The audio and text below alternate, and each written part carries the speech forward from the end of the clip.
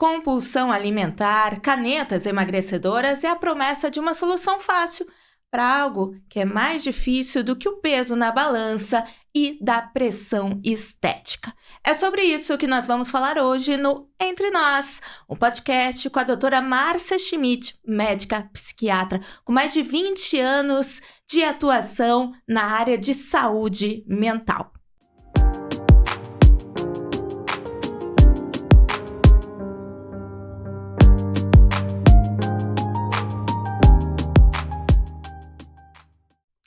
Eu sou a jornalista Francine Silva, é uma alegria te receber aqui, doutora Márcia, mais uma vez no Entre Nós. E eu começo te perguntando, compulsão alimentar é uma doença? Olá, Francine. O prazer é todo meu de estar aqui, conversando mais uma vez sobre um ponto tão importante em saúde mental. Na verdade, deveria ser chamado transtorno da compulsão alimentar, que é uma doença, sim, que acomete grande parte da população, porque é uma doença muito silenciosa. Muitas pessoas desenvolvem esse transtorno e muitas vezes nem mesmo a família ou pessoas próximas sabem desse problema. Não sabem porque não entendem que isso é um transtorno, que comer mais ou comer de menos é um transtorno, ou porque ela esconde essa informação? Na maioria das vezes, quem come demais, de forma a caracterizar um transtorno como compulsão alimentar, não faz isso na frente das pessoas.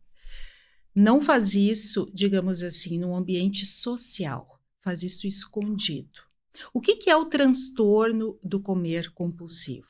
Que é diferente de um episódio onde a pessoa eventualmente come demais, num aniversário, numa festa, se excede. Às vezes as pessoas usam esse termo, compulsão alimentar, mas não é um transtorno. O transtorno, ele acontece quando o paciente tem episódios de 2 a 3 vezes, 4 vezes por semana ou mais, de uma ingesta muito grande calórica.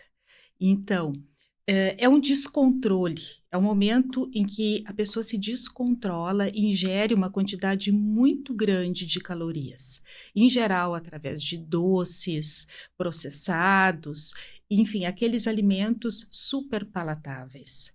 E isso se repete, isso é uma coisa constante na vida do paciente. Aí é um transtorno. E a pessoa que está nos ouvindo, assim, eu comi, enfim, estava triste, aconteceu, briguei com meu namorado, ou tive um estresse no trabalho, fui para casa e comi um pote de sorvete sozinha, né? Pegando até como exemplo aqueles filmes americanos que aparece lá, né, a menina chateada com um pote de sorvete. Isso é um sintoma de compulsão alimentar, ou isso é um escape que as pessoas têm e acabam indo para a comida, que a comida pode ser uma forma de dar prazer naquele momento que tu tá triste? De preencher um vazio. Né? Então, depende da frequência e depende da repercussão que esses episódios têm na vida da pessoa. Um paciente, ele pode ter uma situação pré-mórbida de começar a comer demais, porque ninguém desenvolve o transtorno do dia para a noite. Existe um adoecimento prévio, um comportamento anômalo que vai levar ao transtorno. Então, muitas vezes é aquele paciente que cada vez mais excede na alimentação. E esse exceder, ele vai tomando uma frequência tão grande, aonde ele se torna um objetivo, uma fonte única de prazer. E esse comportamento, ele passa a se repetir. Aquela pessoa que começa a planejar o seu dia, a sua rotina, para cometer esses excessos. E quase sempre sozinho. Né? A compulsão alimentar é um adoecimento muito solitário.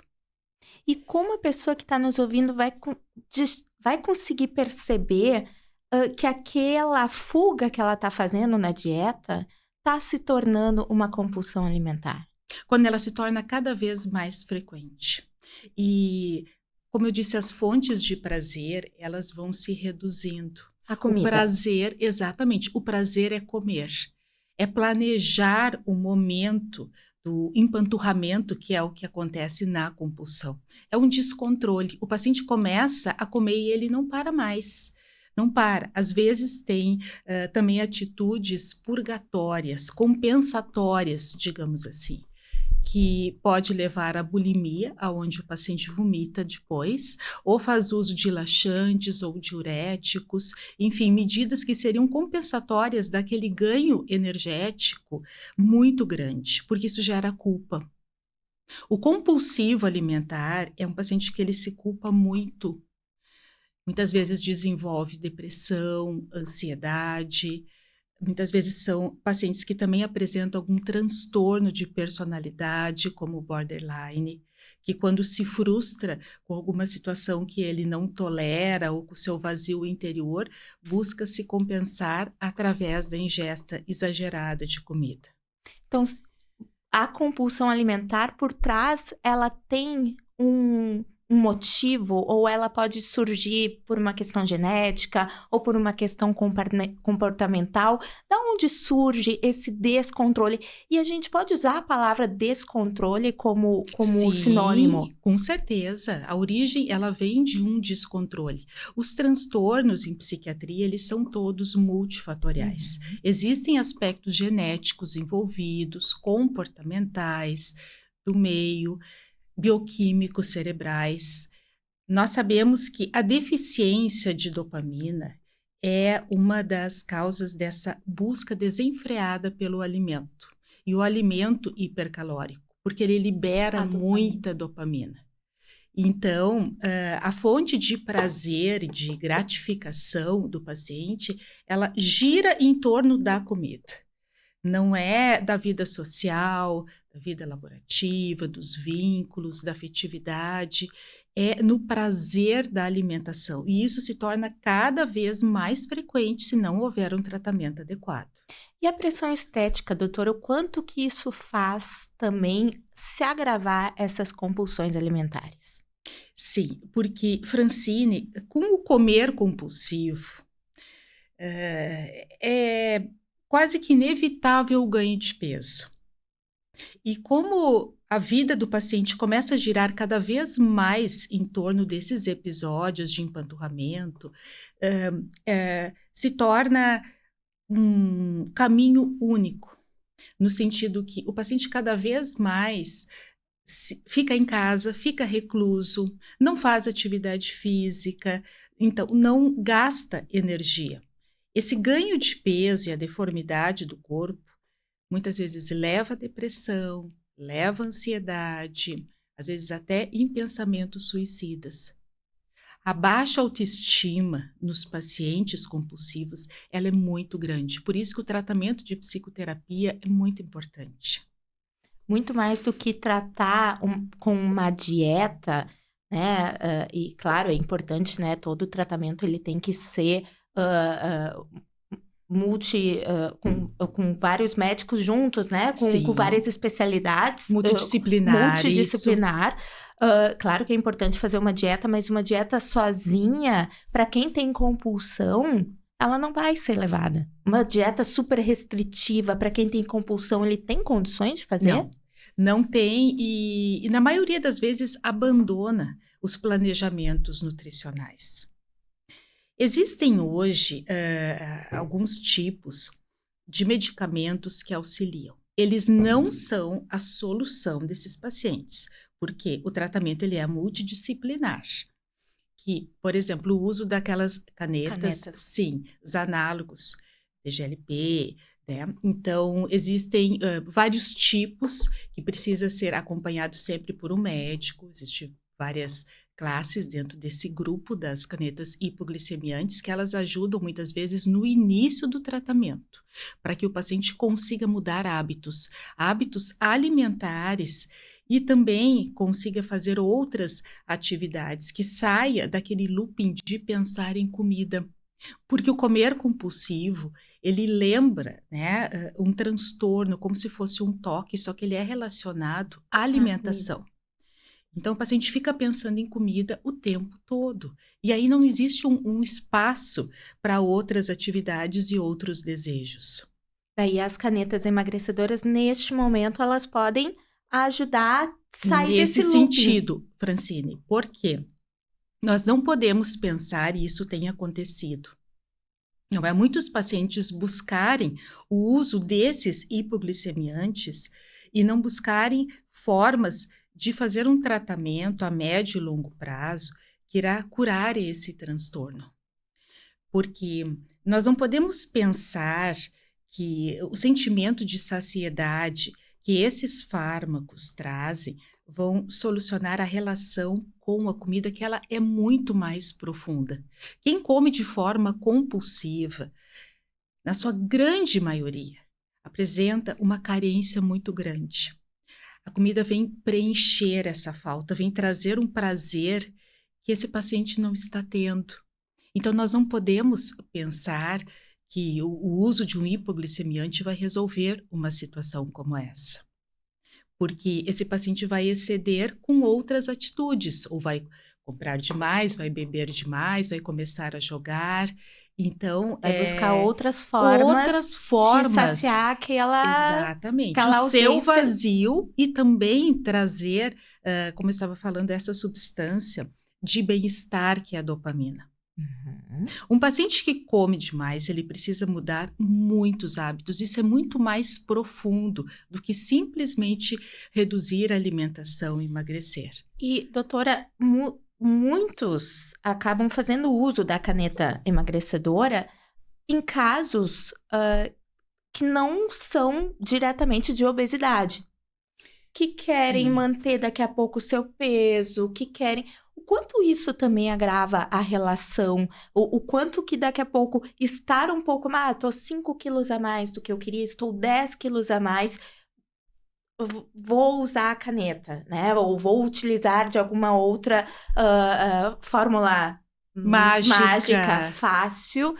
E o quanto que esse é um risco real para quem daqui a pouco não tem essa compulsão alimentar, mas é tratado como se tivesse. Sim, essas canetas, né, chamadas popularmente de emagrecedoras, elas foram feitas para dois públicos, basicamente. O público que apresenta diabetes tipo 2 e o público que apresenta uma obesidade muito importante, com dificuldade de emagrecimento e já alterações de exames e outras comorbidades, como nós chamamos. O que acontece, né? Hoje elas precisam de um receituário controlado para serem vendidas. Infelizmente, no início não era assim.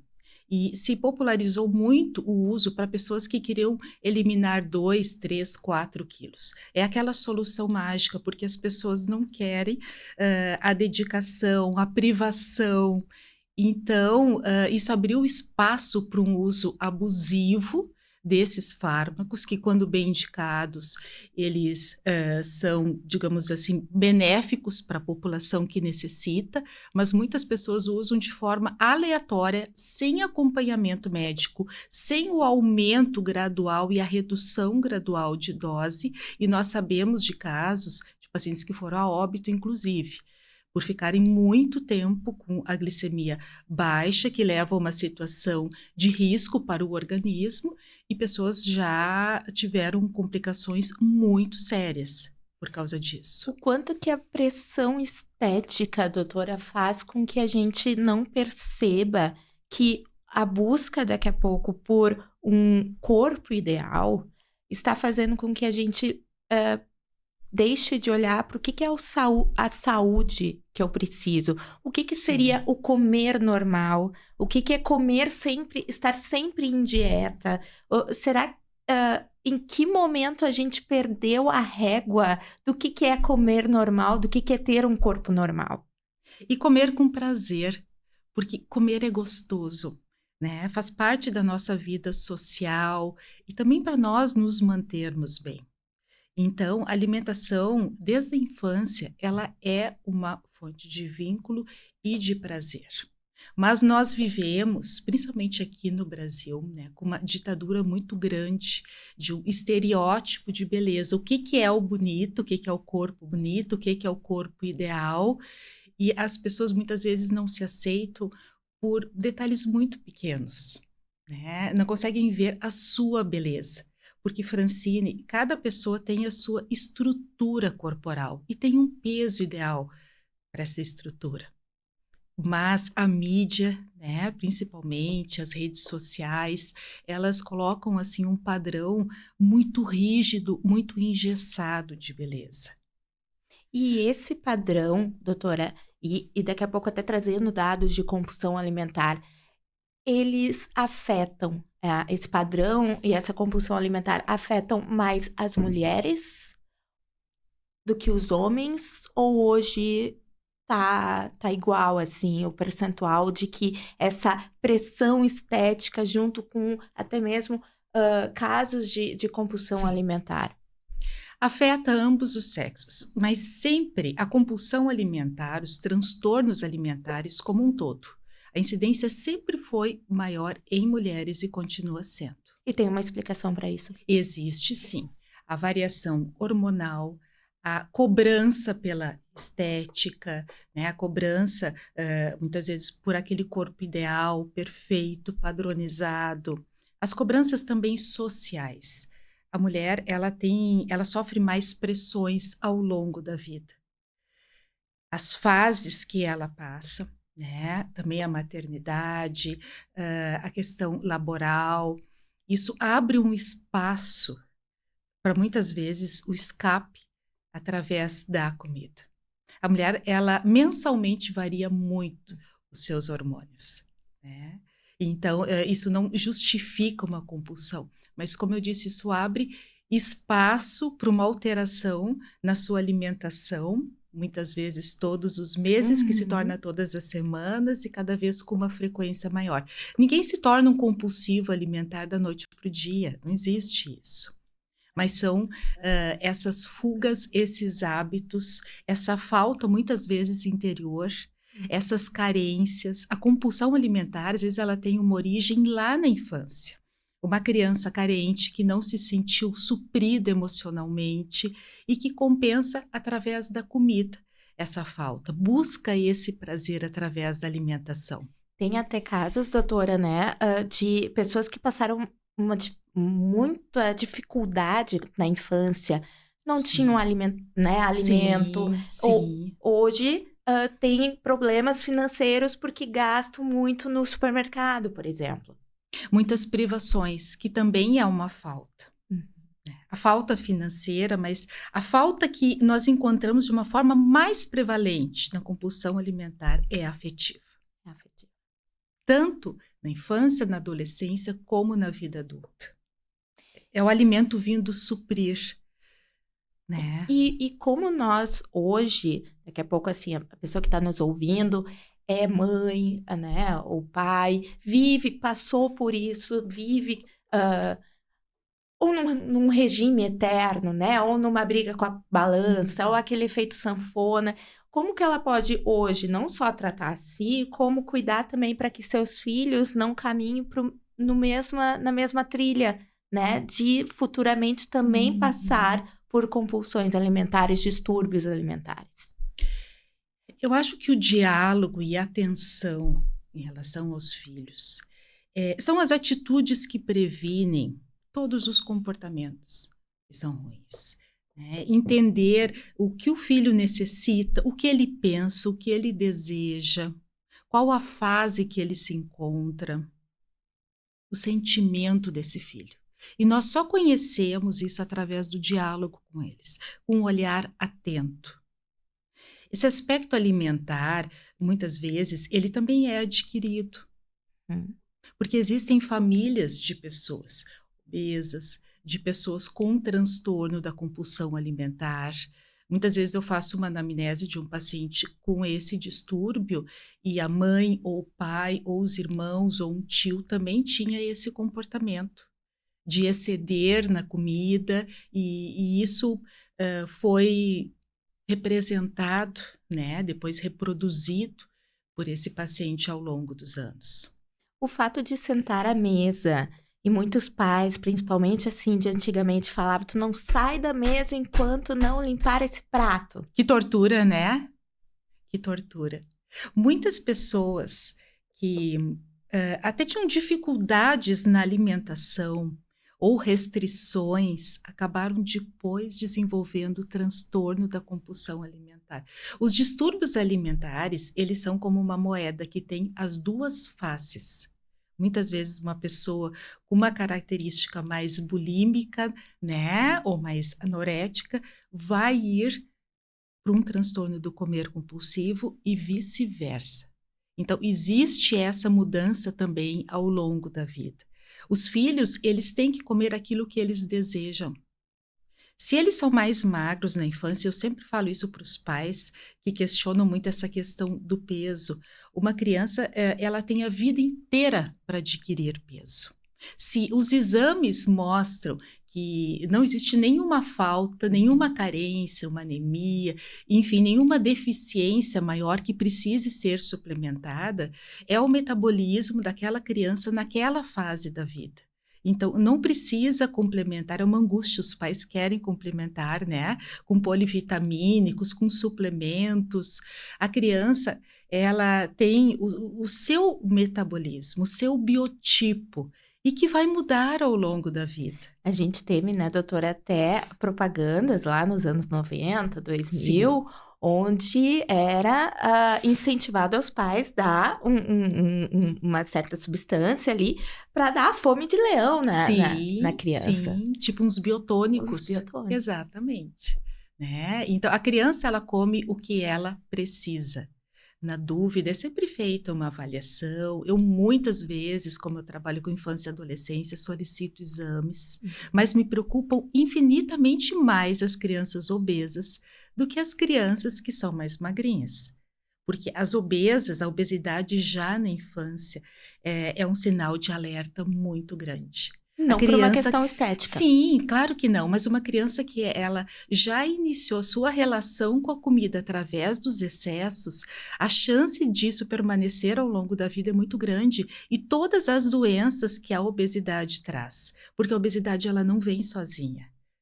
Ela é acompanhada de baixa autoestima, muitas vezes transtornos em relação à saúde mental e todas as As doenças. comorbidades, Claro, a né? hipertensão, né, o diabetes e Se todos torna os problemas. mais suscetível a ter complicações respiratórias, né? Em casos de gripe, enfim, ela se torna um grupo de risco. Sim, e também uma dificuldade para atividade física. Como uma pessoa muito obesa vai praticar uma atividade física? Ela não tem como correr, muitas vezes ela não consegue nadar, ela se sente muito desconfortável dentro de uma academia.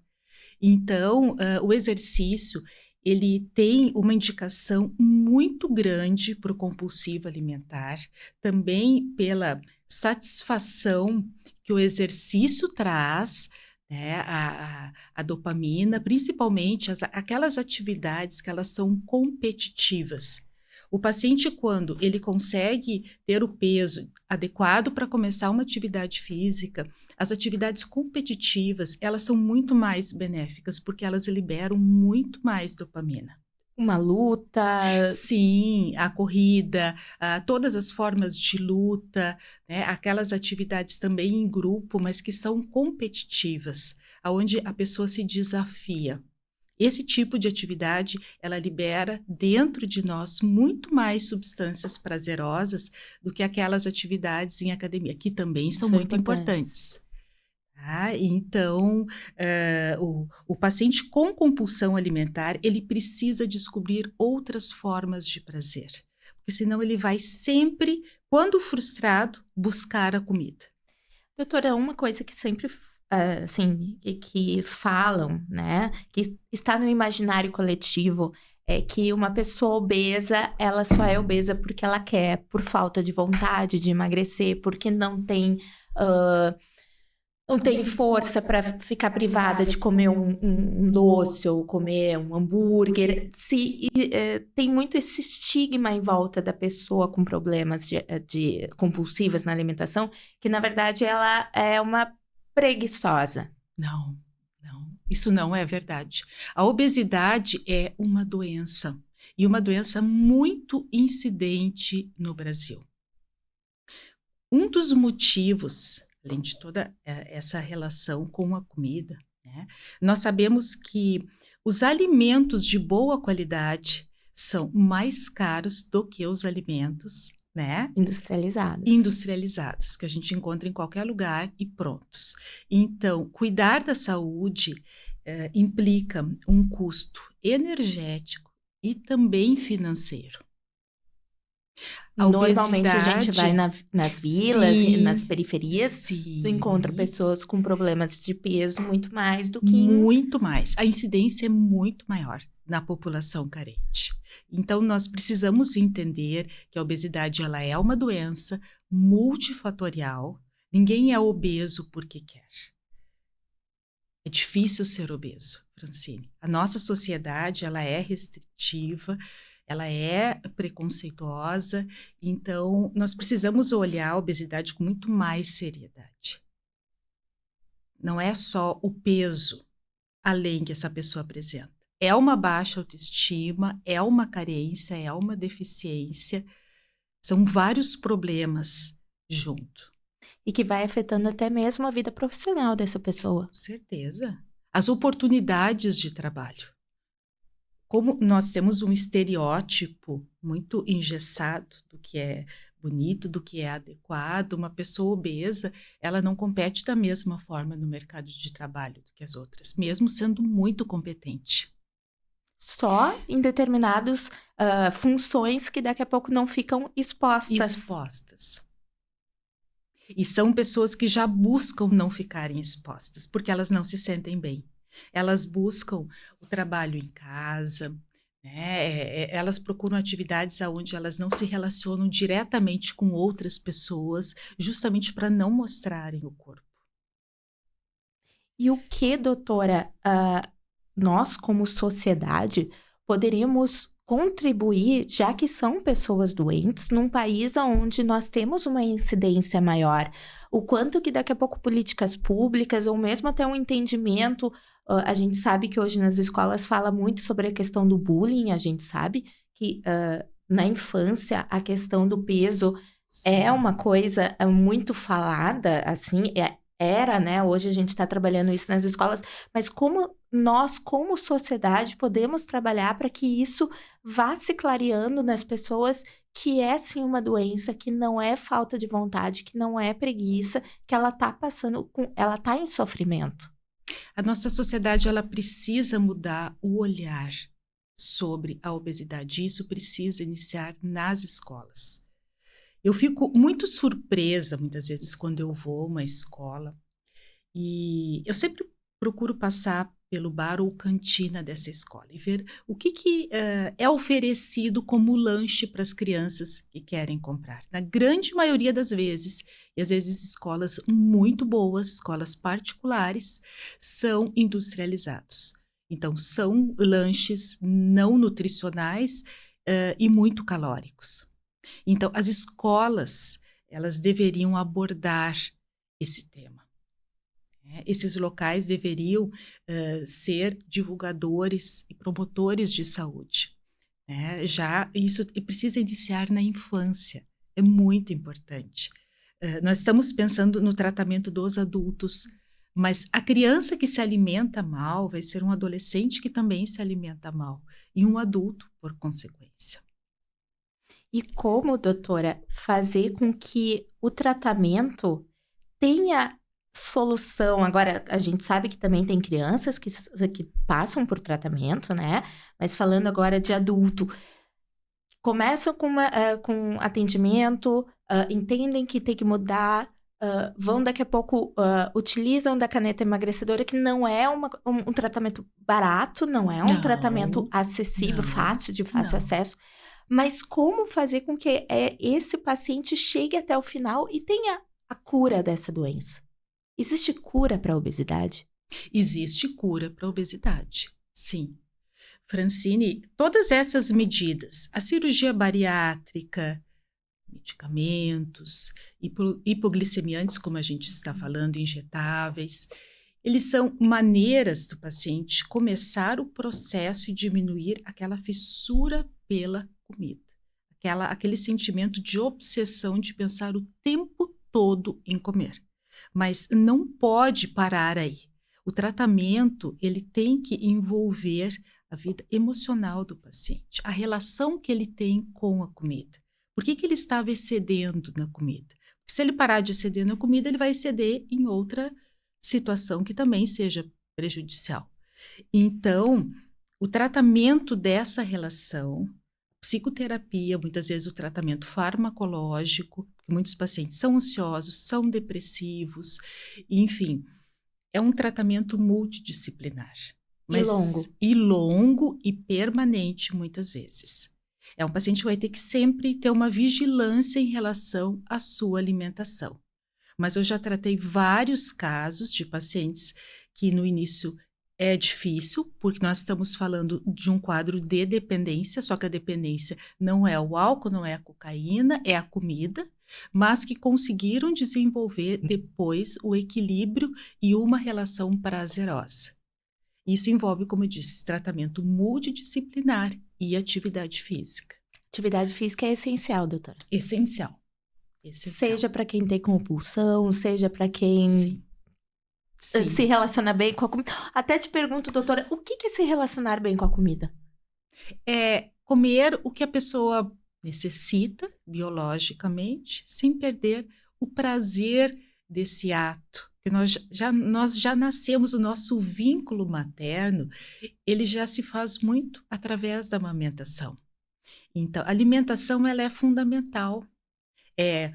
O paciente que desenvolve uma relação patológica, nós temos que pensar como tratar essa relação sem tirar a droga, porque a comida nós não podemos tirar. É uma necessidade básica, mas ela precisa ser prazerosa. Tá? E cada pessoa tem a sua necessidade alimentar. Eu tenho a minha, tu tens a tua, mas é aquela alimentação que o paciente não se excede, que ele se alimenta junto com outras pessoas, ele não se esconde para comer, ele não se culpa, ele se alimenta, se gratifica, mas isso não gera um sofrimento psíquico. Comer demais normalmente gera esse sofrimento, esse Sim. sentimento de culpa. E daí, claro, pode vir esses casos de bulimia, Sim. né? Sim, e imagina que essa relação tão gostosa da alimentação gere culpa de uma forma praticamente persistente, porque o compulsivo, se ele não tratar esse distúrbio, como toda dependência, cada vez ele vai precisar de mais alimento que o sacie, né? E o que libere aquela dopamina que ele espera. Só que isso é muito efêmero, porque assim que ele se empanturra, já vem a culpa. E muitas vezes, como eu falei, desenvolve o quadro de bulimia. Porque dentro daquela culpa ele pensa, o que eu vou fazer nesse momento que novamente eu comi muito para eliminar essa quantidade de calorias. É como se ele quisesse se limpar daquilo que ele... Sim. É aquele sentimento, Sim, né? que é a purga. Uhum. Né? Que ele quer botar pra fora aquilo que ele não quer ter Exatamente. como... E qual a diferença, doutora, em compulsão e excessos, no sentido, a gente estava comentando sobre a questão das mulheres, né? As mulheres ali em um determinado momento do mês, elas, não digo todas, mas a TPM faz com que elas tenham mais vontade de comer. Passa a TPM, volta a comer normal. O quanto que essa flutuação dos hormônios nas mulheres pode mascarar essa compulsão? Sim. Muitas vezes o transtorno começa em períodos de TPM cada vez mais longos. Essa mudança hormonal, ela acontece para todas as mulheres. Umas sentem mais, outras menos. Mas essa relação com a comida, que muitas vezes se altera justamente devido a essas mudanças, pode tornar um hábito que todo mês, naquele período, a mulher vai comer mais. Só que é um comer mais que cada vez progride. Como eu falei, o transtorno da compulsão alimentar, ele não é desenvolvido de uma semana para outra.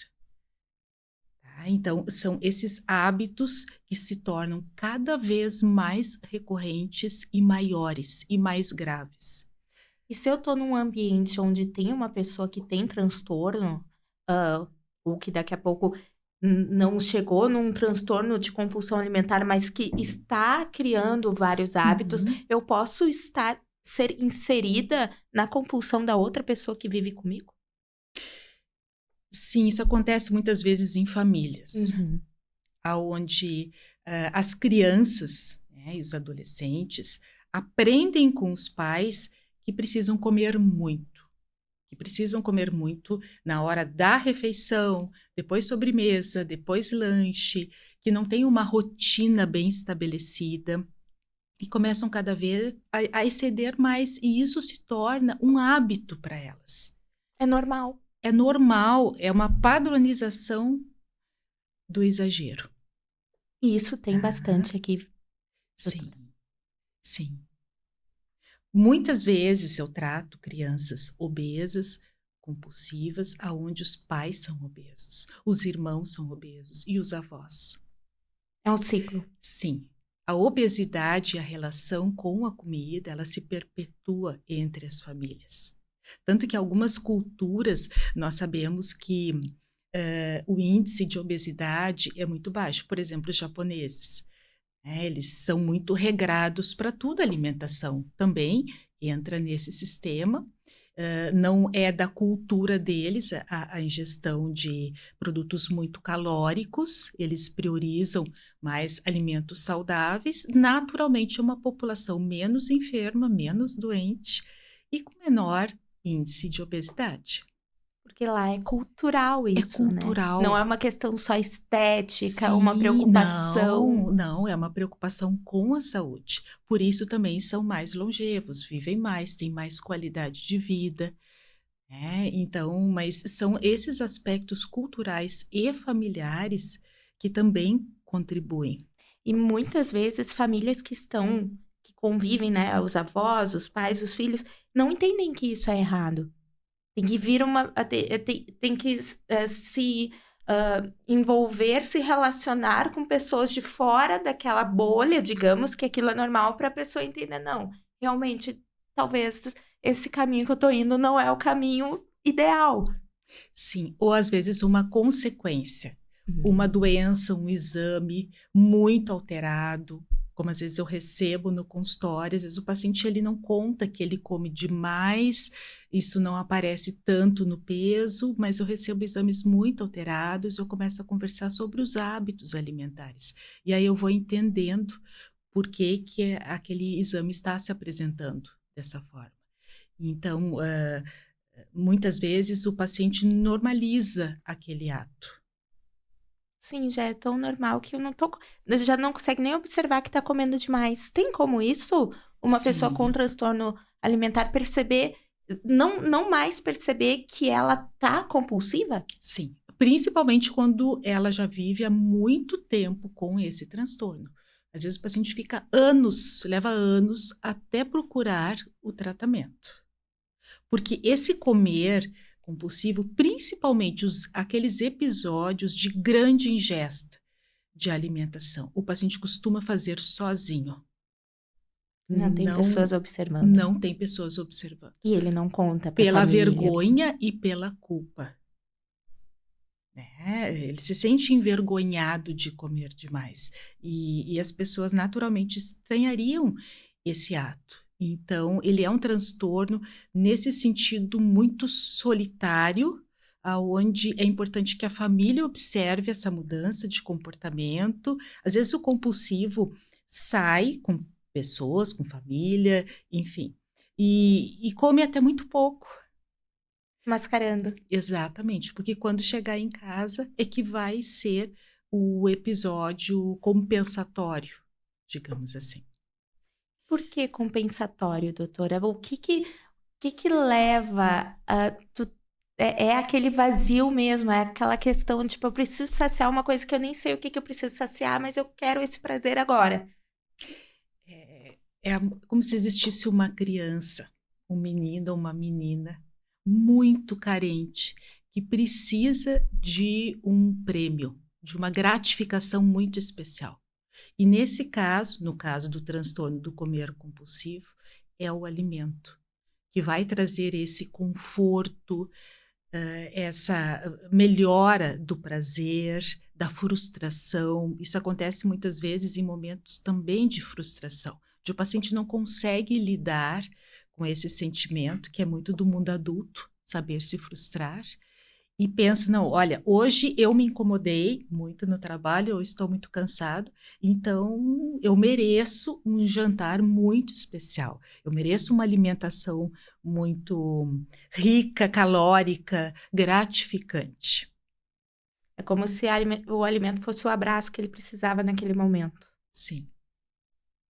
E é um retorno rápido, né? Porque esses alimentos super palatáveis, eles são viciantes, porque a gente sabe que eles são gostosos, prazerosos, né? A gordura, o glúten, o açúcar branco, eles trazem um prazer muito imediato, é muito tentador. Mas não é errado, né, doutora, comer o açúcar, a Não, gordura, é uma né? questão de moderação. Quando nós falamos em transtorno do comer compulsivo, como no início eu falei, quando é que se torna um transtorno? Não é um episódio muito focal, não. Isso é um comportamento doentio em relação à comida que ele começa a se perpetuar. Ele se estrutura, né, de forma que a vida do paciente, grande parte dela é em relação à comida, né, o que ele vai comer, ao que ele vai, digamos, planejar para o dia alimentar. A gente já está chegando ao fim aqui do nosso episódio do Entre Nós, com a doutora Márcia Schmidt, hoje falando então sobre compulsão alimentar, sobre as falsas promessas de soluções rápidas para um tema tão difícil que é uma doença. E eu queria, doutora, que tu falasse o quanto que, se a gente se autoconhecer, o quanto que o autoconhecimento, o quanto que a terapia, o quanto que a gente entender as nossas emoções, os nossos sentimentos, olhar para o nosso passado com carinho, né? Olhar para a nossa criança interior com carinho, o quanto isso pode fazer com que o desfecho de um tratamento, que a nossa vida hoje seja melhor. Sim, muito importante. São 2 pilares fundamentais para o tratamento eficaz do transtorno da compulsão alimentar. A psicoterapia, esse conhecimento em relação à falta que a comida vem suprir, para que isso seja elaborado, para que isso seja ressignificado no interior do paciente, e ele não precise suprir constantemente através da comida, e a mudança de hábitos. O que é essa mudança de hábitos? Atividade física, o equilíbrio nutricional, né, o papel dos nutricionistas, e tem nutricionistas que trabalham com compulsão, onde não é exigida aquela dieta muito restritiva, porque essa dieta muito restritiva, esses pacientes não vão seguir e vão piorar o quadro se eles tentarem fazer uma coisa que eles nunca fizeram. Então, é preciso que seja uma dieta um pouco diferente, adaptada a cada caso. Então, como eu disse, um tratamento multidisciplinar. Não é só uma questão de falta de vontade. Não. Trabalhar a parte emocional e a parte comportamental como um todo. Muitos pacientes também precisam de medicamento, porque muitas comorbidades surgem. A ansiedade, a depressão, as dificuldades também no sono. Pacientes obesos dormem, em geral, muito mal. Tem apneia do sono, tem vários distúrbios. Então, é muito complexo. Mas existe tratamento, existe melhora e existe cura da compulsão alimentar. O importante é a busca pelo tratamento. E o melhor, né, doutora, é que nesse processo de cura, você vai se conhecer e entender qual é essa falta que estava fazendo com que tu tentasse preencher com a comida. E eu acho que isso é o mais belo e o mais profundo desse processo. Não é claro que é muito importante tu ter uma relação boa com a comida, com o teu corpo, mas melhor ainda é saber que tu tá bem contigo mesmo, que tu não tá tentando esconder ou tapar uma falta que às vezes tu nem percebia que tu tinha. Exatamente. Isso é a base para o bem-estar como um todo. A relação com a comida é apenas uma parte. Muito obrigada, doutora Márcia. Chegamos ao fim, então, desse episódio, foi incrível, doutora Márcia, conversar um pouquinho mais sobre compulsão alimentar. Se tu souber de alguém que está precisando escutar esse episódio, sabe, é só enviar aqui para um amigo, para um conhecido, para alguém da família. E se tu tiver alguma dúvida, manda para cá, para nós também. E se tu tiver uma ideia de algum assunto que a gente não pode deixar de falar, manda pra gente abordar no próximo episódio. Até mais!